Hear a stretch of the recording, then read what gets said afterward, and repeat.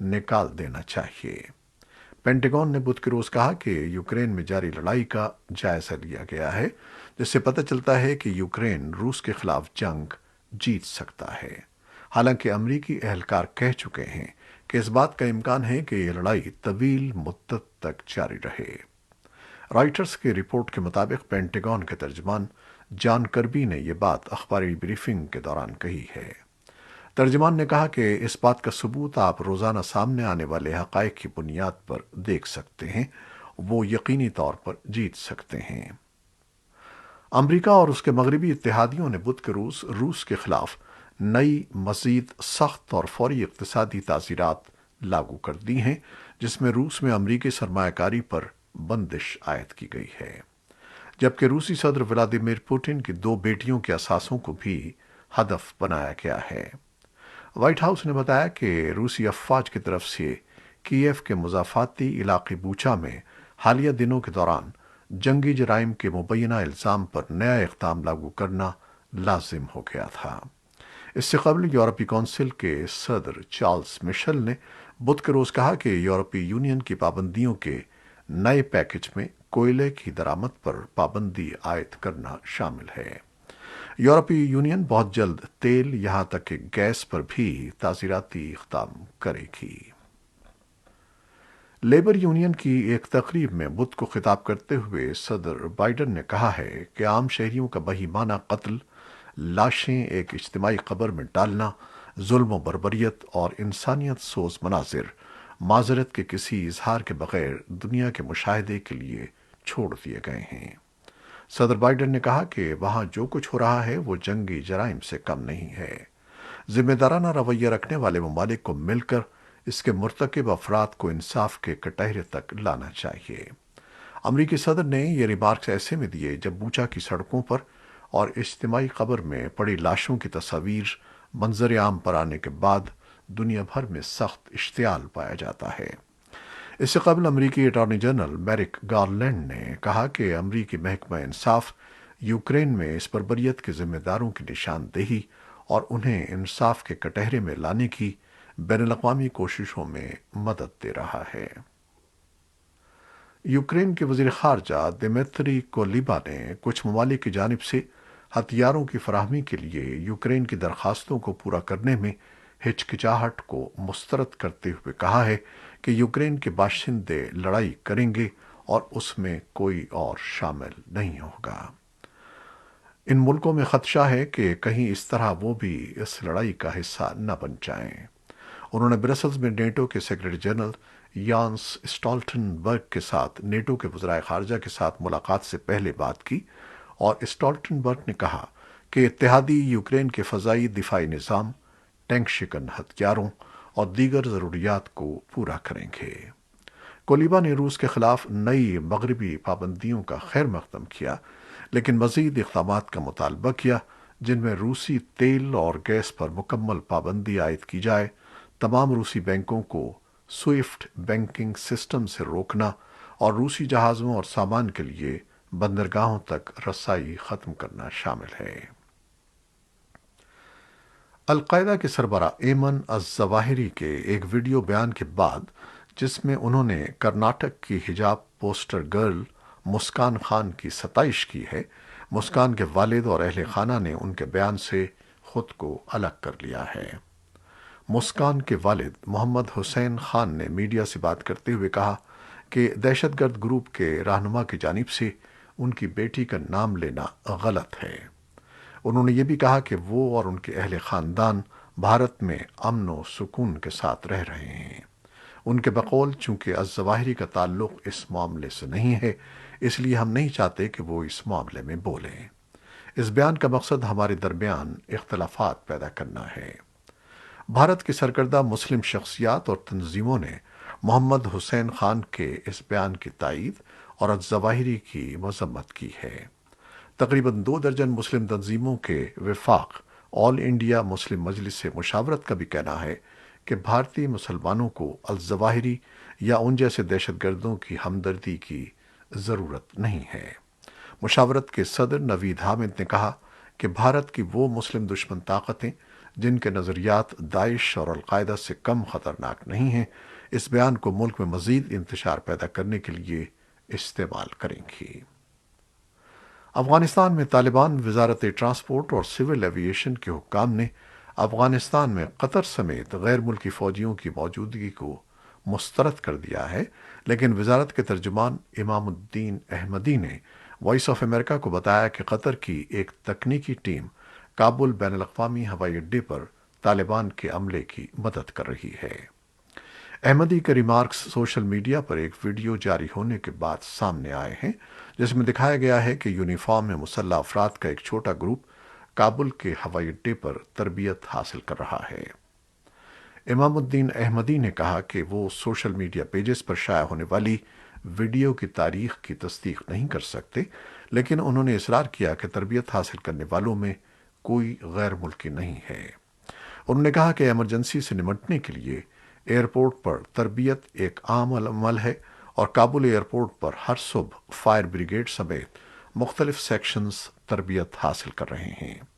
اسی دوران ایک بیان میں کہا گیا ہے کہ طالبان حکومت کے نائب وزیر اعظم ملا عبد الغنی برادر نے وزارت خارجہ کو ہدایت کی ہے کہ وہ قطر کی وزارت خارجہ سے کابل ہوائی اڈے پر تکنیکی کارروائیوں کے بارے میں تبادلہ خیال کے لیے تاریخ کا تعین کرے۔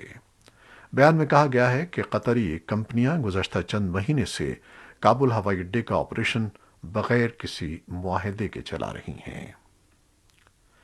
ایک افغان تنظیم نے آج جمعرات کو لڑکیوں کی تعلیم اور اسلام کی روشنی میں ان کے حل پر افغان علماء کے مکالمے کا اہتمام کیا۔ شرکاء میں خواتین کارکنان اور علماء بھی شامل تھے۔ ان کا کہنا ہے کہ اسلام میں لڑکیوں کی تعلیم کی اجازت ہے۔ اسی دوران پاکستان میں مقیم متعدد افغان علماء نے ایک بیان جاری کیا جس میں طالبان سے اسلامی ڈھانچے کے تحت لڑکیوں کے لیے اسکول دوبارہ کھولنے کا مطالبہ کیا گیا۔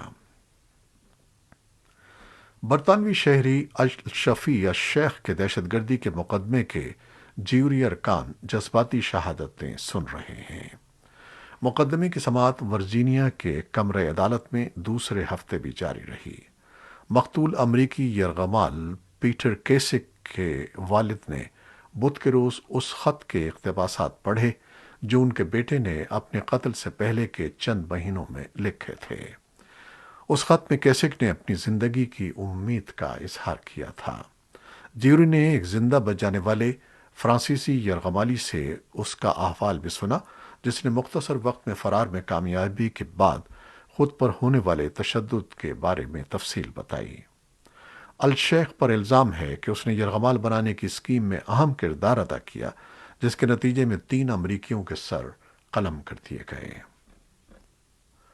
ترکی کی ایک عدالت نے صحافی جمال خاشقجی کے قتل میں ملوث 26 سعودیوں کے مقدمے کی سماعت روک دی ہے اور کارروائی کو سعودی عرب منتقل کرنے کا حکم دیا ہے۔ ان سعودیوں کی غیر موجودگی میں ان پر خاشقجی کے قتل کا مقدمہ چلایا جا رہا تھا۔ سن 2018 میں خاشقجی اپنی ترک منگیتر سے شادی کے لیے کاغذات حاصل کرنے کے لیے استنبول میں سعودی قونصل خانے میں داخل ہوئے لیکن واپس نہیں آئے۔ سعودی شاہی خاندان کے شدید ناقد خاشقجی کے قتل نے دنیا کو چونکا دیا۔ 1 سال قبل جاری ہونے والی امریکی انٹیلیجنس رپورٹ میں کہا گیا تھا کہ سعودی شہزادے محمد بن سلمان نے خاشقجی کو مارنے اور پکڑنے کے لیے آپریشن کی منظوری دی تھی۔ اس مقدمے کی سماعت سن 2020 میں 2 مسلم ممالک کے کشیدہ تعلقات کے درمیان شروع ہوئی تھی، لیکن ترکی نے سعودی عرب کے ساتھ تعلقات کو بہتر بنانے کی کوشش کی ہے، کیونکہ وہ اپنی مشکلات کا شکار معیشت کو فروغ دینے کے لیے سرمایہ کاری کا خواہاں ہے۔ انسانی حقوق کی تنظیموں نے ترکی کی عدالت کے مقدمے کو سعودی عرب منتقل کرنے کے فیصلے کی مذمت کی ہے۔ یمن کے صدر عبد الباہی منصور ہادی نے اپنے اختیارات سے دستبردار ہو کر ملک کی قیادت ایک صدارتی کونسل کو سونپ دی ہے اور اسے ملک میں حوثی باغیوں کے ساتھ تنازع کے خاتمے کے لیے مذاکرات کا کام بھی دیا ہے۔ سرکاری خبر رساں ایجنسی سابا کی طرف سے جمعرات کی صبح شائع ہونے والے ایک اعلان میں کہا گیا ہے کہ ہادی کے مشیر اور سابق وزیر داخلہ راشد العلیمی اس کونسل کی قیادت کریں گے، جس میں 7 دیگر اراکین بھی شامل ہیں۔ یمن کے لیے اقوام متحدہ کے ایلچی ہانس گرنڈبرگ نے بدھ کو کہا کہ متحارب فریقوں کے درمیان گزشتہ ہفتے 2 ماہ کی جنگ بندی کا اعلان کیا گیا ہے، جس کے نتیجے میں تشدد میں نمایاں کمی ہوئی ہے۔ اس تنازع میں 1.5 لاکھ سے زیادہ افراد ہلاک ہوئے ہیں اور یمن میں دنیا کے بدترین انسانی بحرانوں میں سے ایک کا سامنا ہے۔ ایران نے اپنی ان مشینوں کو جن پر سینٹریفیوجز میں استعمال ہونے والے پرزے بنائے جاتے ہیں، کرچ میں قائم اپنی تنصیب سے ایک نئے مقام نتانز منتقل کر دیا ہے۔ سینٹریفیوجز وہ مشین ہے جس کے ذریعے خام یورینیم کو اعلیٰ سطح پر افزودہ کیا جاتا ہے تاکہ اسے جوہری ری ایکٹر میں استعمال ہونے کے قابل بنایا جا سکے۔ سینٹریفیوجز کے پرزے تیار کرنے والی مشینیں اس سے پہلے کرچ کی ورکشاپ میں نصب تھیں، مگر اب اس ورکشاپ کا استعمال ترک کر دیا گیا ہے۔ نتانز ایران کی ایک اہم اور حکمت عملی کی حامل جوہری تنصیب ہے جسے ایران وسعت دے رہا ہے۔ اقوام متحدہ کے جوہری توانائی کے نگراں ادارے کا کہنا ہے کہ ان مشینوں کو نتانز منتقل کرنے سے چند ہفتے قبل ایران نے اصفہان میں بھی سینٹریفیوجز کے آلات بنانے والی ایک تنصیب قائم کی تھی۔ سوڈان میں اکتوبر میں ہونے والی فوجی بغاوت کے خلاف ہزاروں شہری نئے مظاہروں کے لیے سڑکوں پر نکل آئے ہیں۔ اس بغاوت کی وجہ سے ملک کو سیاسی بحران کا سامنا ہے اور اس کی معاشی پریشانیوں میں اضافہ ہوا ہے۔ یہ مظاہرے حکمراں جرنیلوں پر دباؤ ڈالنے کی کوششوں میں تازہ ترین کوشش ہے۔ عالمی ادارہ صحت کا کہنا ہے کہ مارچ کے اوائل میں کووڈ کے نئے کیسز میں اضافے کے بعد دنیا بھر میں نئے کیسز اور اموات کی تعداد میں مسلسل دوسرے ہفتے کمی آئی ہے۔ WHO نے اپنی ہفتہ وار اپ ڈیٹ میں رپورٹ کیا ہے کہ پچھلے ہفتے کے مقابلے میں 3 اپریل کو ختم ہونے والے ہفتے کے دوران نئے کیسز کی تعداد میں مجموعی طور پر 16% کمی واقع ہوئی ہے۔